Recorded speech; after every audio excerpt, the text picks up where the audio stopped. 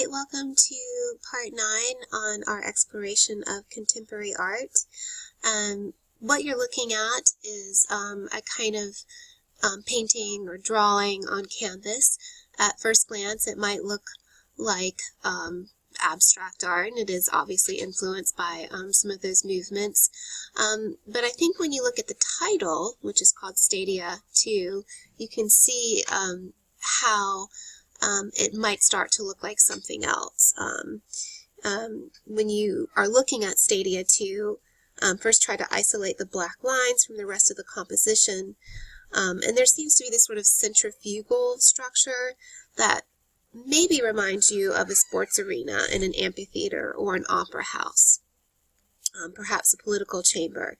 It could denote all of these, broadly invoking our experience as individuals and collective bodies in such a space. So, perhaps exploring these ideas of public space and these sort of gatherings with large groups of people. There is a certain energy, I think, when a group of people, a large mass of people get together when they're watching a sports event or something like that. The artist is Julie Mehretu, and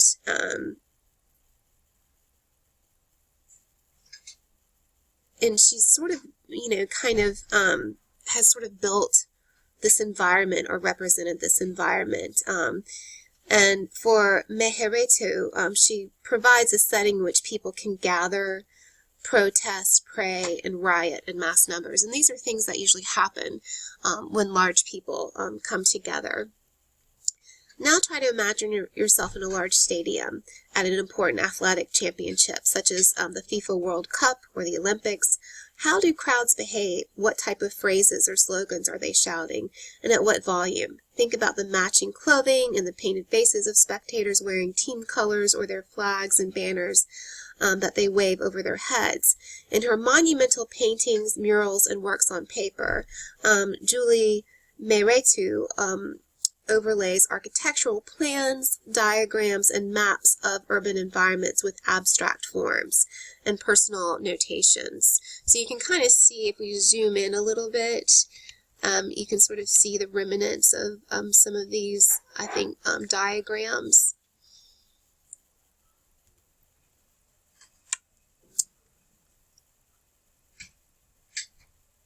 The resulting composition conveys the energy and chaos of today's globalized world.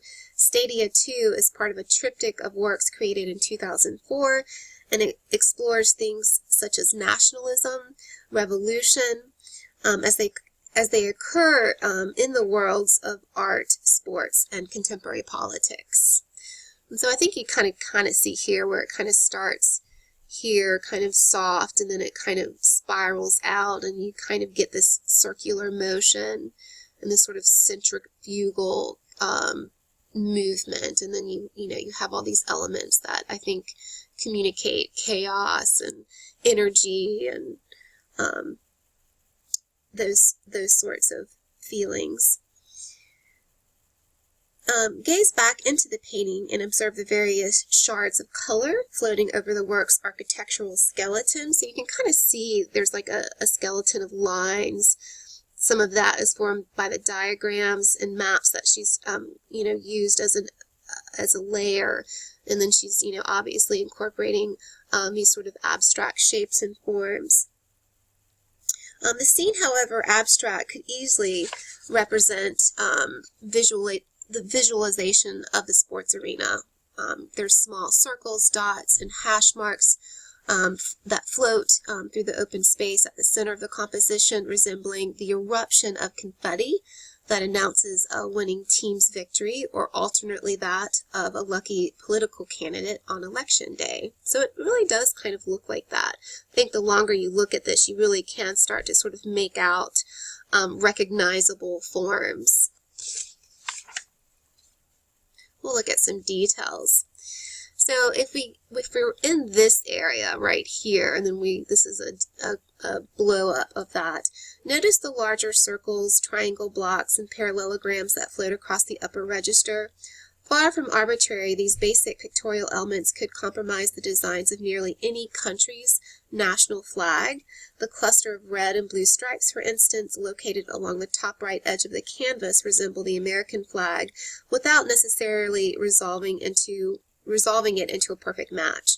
We may also find corporate logos and religious symbols interdispersed throughout.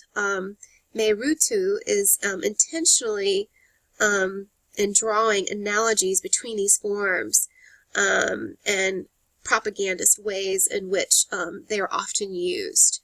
Advertising, certainly, and marketing, especially in the promotion of sports.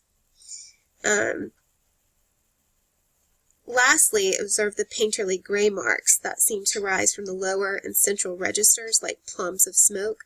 Stadiums and Capitol buildings can represent triumph, pride, and celebration, but they also are common targets for bombings and acts of terror, which are often motivated by a comparable degree of zealousness and ideological fever.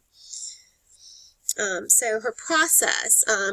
So it begins with the projection of maps and diagrams on the work's blank surface.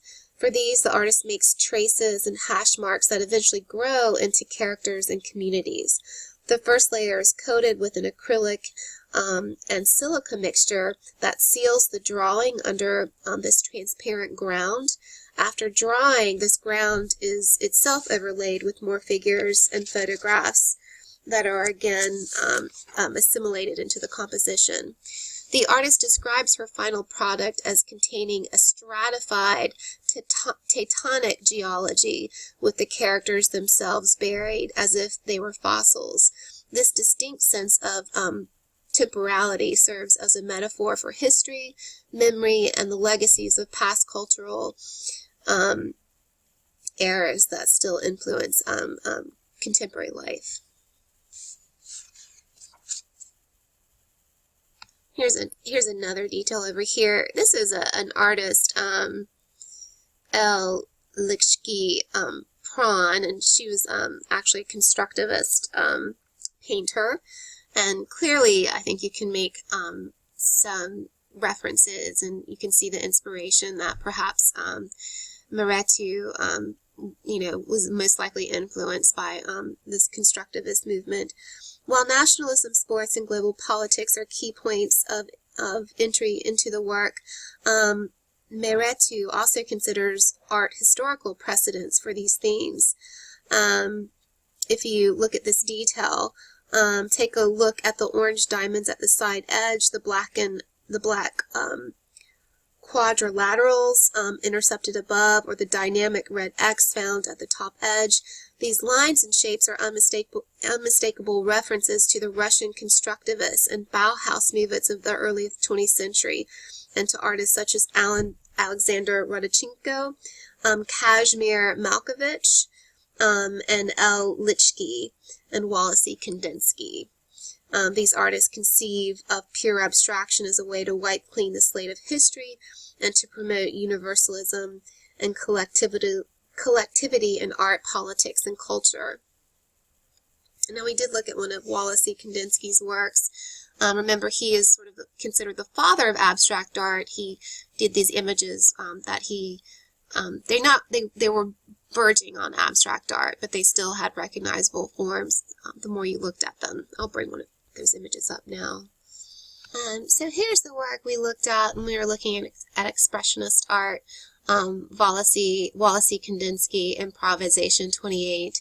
While, at first glance, when you look at the forms, they appear abstract, but the closer you look, you can make out like a city or a church architecture, these landscapes, boats, horses, that sort of thing.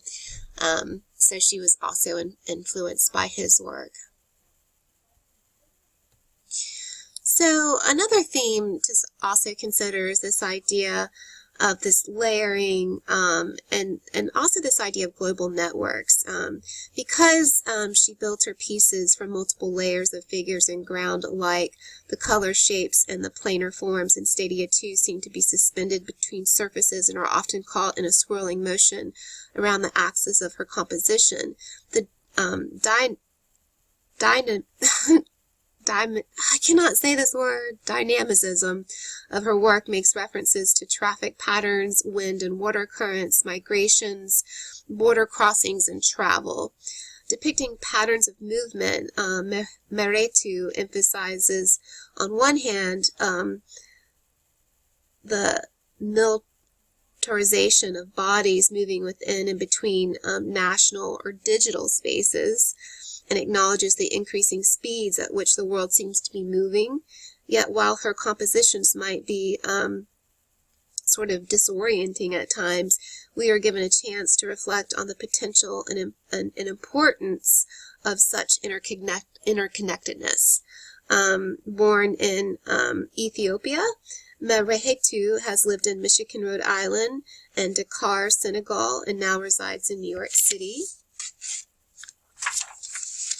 So I love her images. I just think it's, again, when you look at these paintings, that at first you might just think of it as just a bunch of shapes and forms, but when you really think about the concepts that are going into it and this sort of layering, you couldn't just achieve this without that process. You couldn't just draw this by hand. It really is much more complex when you take the time to look at it closer. So our next artist is Faith Ringgold. This is a work of hers called Dancing at the Louvre. And this is a little story that she's made up, and I'll read you a description. So, Marcia and her 3 little girls took me dancing at the Louvre. I thought I was taking them to see the Mona Lisa. You've never seen anything like this. Well, the French hadn't either. Never mind Leonardo da Vinci and Mona Lisa. Marcia and her 3 girls were the show. You can see that they're sort of dancing and having a good time. So Faith Ringgold, dancing at the Louvre, and the Louvre is the very famous French, museum in Paris. And it's all about breaking the rules and having lots of fun while doing it. So she combines representational painting and African-American quilting techniques with the written word. Dancing at the Louvre is the first in Ringgold's series of 12 story quilts called the French Collection. The series tells the fictional story of Willa Marie Simone, a young black woman who moves to Paris in the early 20th century. Told through text written around the margins of each quilt, Willa Marie's adventure leads her to meet celebrities such as Pablo Picasso and Henri Matisse, Josephine Baker, Zora Neale Hurston, Sojourner Truth, and Rosa Parks on the road to becoming an artist and businesswoman. Drawing on her own struggle for recognition in the art world dominated by European traditions and male white artist, Ringgold uses this narrative format to literally rewrite the past by weaving together histories of modern art, African-American culture, and personal biography. This practice reflects the shift towards postmodernism in art of the 1980s and 1990s. In deliberate contrast to modernism's emphasis on autonomy and universal meaning, artists like Ringgold highlight the implicit biases in accepted forms of art, especially in their treatment of race and gender. Characteristic is her use of appropriation, narrative, biographical references, and non-Western traditions. Through these devices, Ringgold offers an alternative to the European and masculine perspectives that are prevalent in art history. So, just in case you didn't catch on, this actually is a quilt. Let me zoom in closer so you can see sort of the stitching. So, she's using this sort of feminine, decorative sort of art form that, again, might not be considered high art, more of a craft, but she's elevating it to a higher status. And then she's also incorporating text as well into the story quilts. So Ringgold's, this is another one of her quilts. Story quilting technique is important to meaning in her work. She creates the central image using acrylic paint on canvas, reflecting her knowledge of Western art history in both style and subject matter, and surrounds it with patchwork cloth border that includes her handwritten text.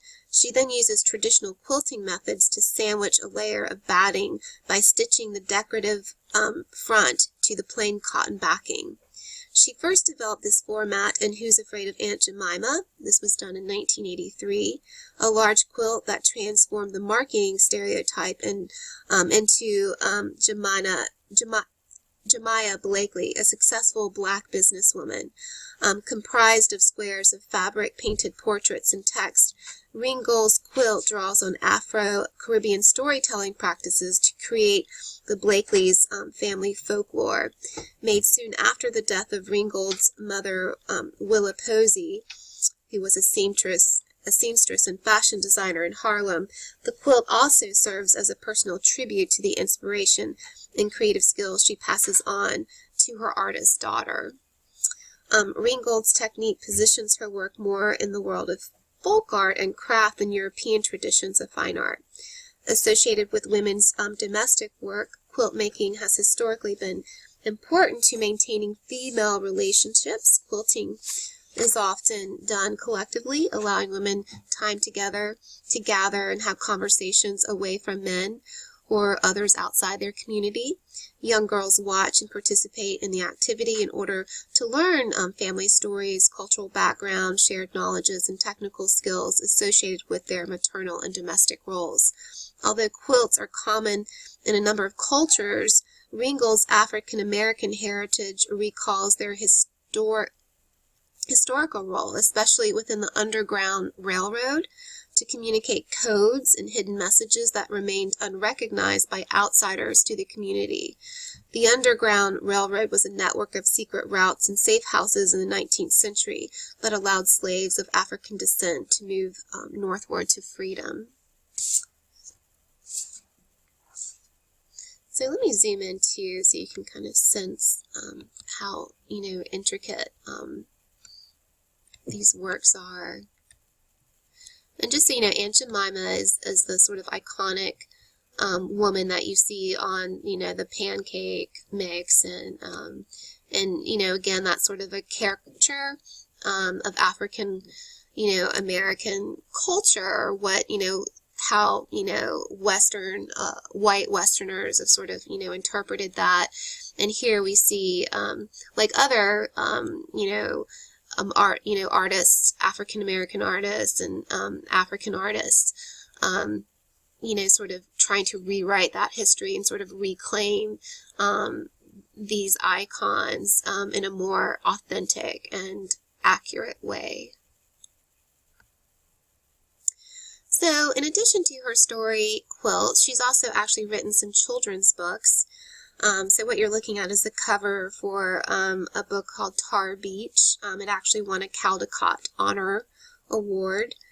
So typical of much postmodern art, Ringgold's work appropriates recognizable imagery and alternative artistic practices to offer critical cultural commentary. She challenges us to consider the expectations of gender and race, as well as traditional expectations and values of what art might be. Through image and text, Ringgold rewrites history to make a place for women like herself in its historical development. The transformative powers of Ringgold's message led her to translate her work into picture books for children. Her first, Tar Beach, which was done in 1991 based on a 1988 story quilt that is located in the Guggenheim Museum in New York, received the 1992 Caldecott Honor Award. She has since published several others, including Aunt Harriet's Underground Railroad in the Sky, which was done in 1992, and If a Bus Could Talk, the story of Rosa Parks, done in 1999. Again, these are inspired by African American history and her own life story.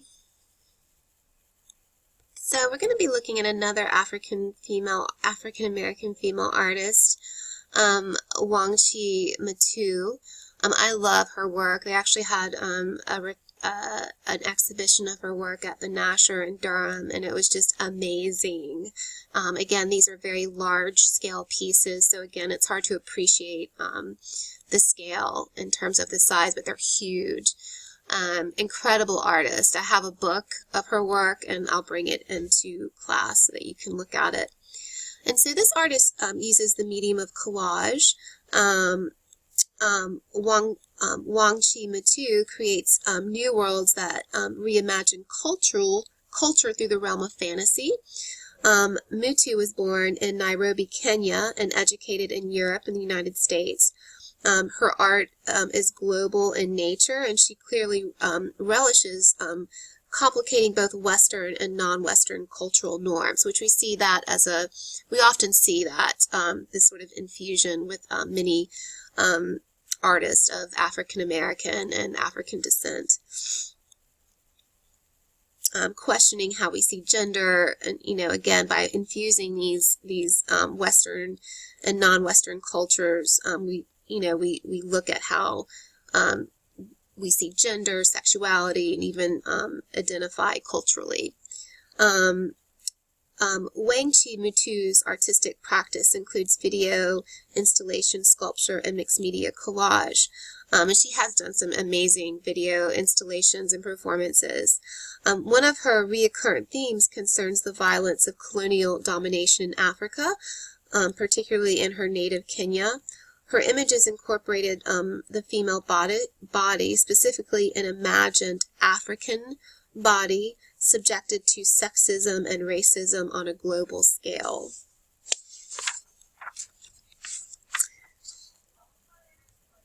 Look at some other of her images. Sources of Mutu's collages include fragments from fashion magazines, pornography, medical literature, or even popular magazines such as National Geographic. Inspiration for her collages can be traced to the early photo montages of the German Dada artist Hannah Hawk, below, and the American artist Romer Bearden, below right. Mutu's appreciates Bearden's use of collage and how it emphasizes community in the African American traditions found in jazz, while the spliced images in Hawk's photo montage reflects Mutu's interest in disrupting social convention in art. Mutu creates a space for exploring an informed consciousness about being African and female that incorporates these artist techniques, yet develops a new visual history.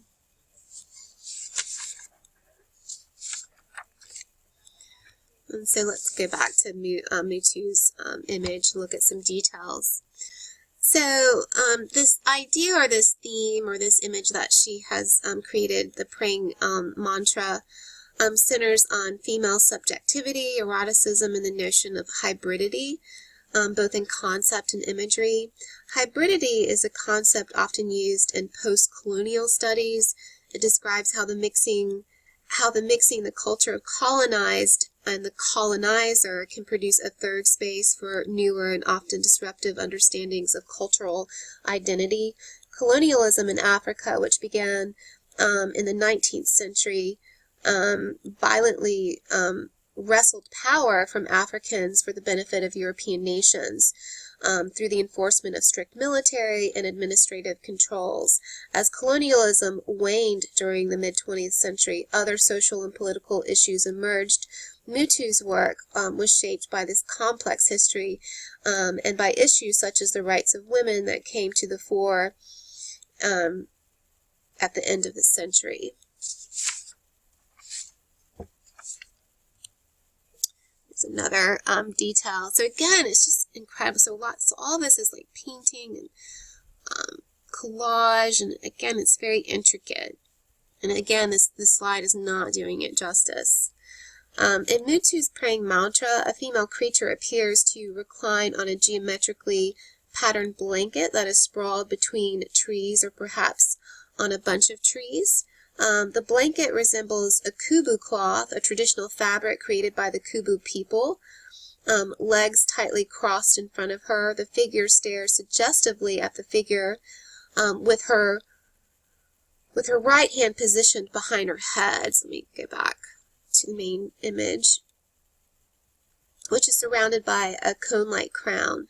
Her relaxed posture is camouflaged by her skin, which appears dappled by sunlight and which mirrors the colors of the tree's leaves. Like the female body, the trees is emblematic of the creation myths found in many cultures, including Mutu's Kikuyu ancestors in Kenya. In her left hand, the figure holds a green serpent that rests on the blanket, which fills much of the scene. The serpent is linked with the role of Eve in the biblical creation narrative, provides yet another cultural source for Mutu's protagonist. The tree envelops the female figure, reinforcing links between history and fiction, African and non-African cultural myths, as well as natural versus unnatural phenomena.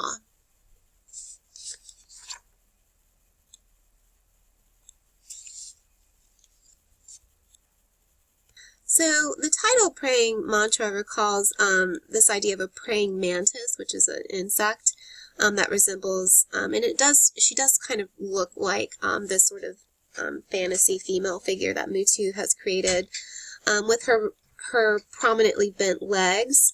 As a carnivorous insect, praying mantises camouflage themselves to match their environment, snaring their prey with their enormous legs. During mating, the female can become a sexual cannibal, eating her submissive mate. Usually they bite the heads off their mate. Such imagery and its association with the natural phenomena creates a primal sensibility. Despite this reference to a real praying mantis, Muda's praying mantra is also vulnerable to our gaze, suggesting that the figure may be a victim that is preyed upon by mantras. So let me get an image of a praying mantis. So here's an image of a praying mantis, in case you don't know what one looks like. So I hope you can see the similarities. Mutu creates a natural, even primitive, fictional environment that entices and disturbs us, even as she invites us to explore stereotypes about the African female body as explicitly sexual, dangerous, and aesthetically disformed in relation to Western standards. Given that elements of the collage are assembled from sociocultural documents found in popular literature from the West, the figure may be preying on the viewer's own fears and desires. So you can see really how it has, with the symbolism and the use of the materials, and then sort of the history, it really has all these different meanings. It's not just one, but this layering of meaning.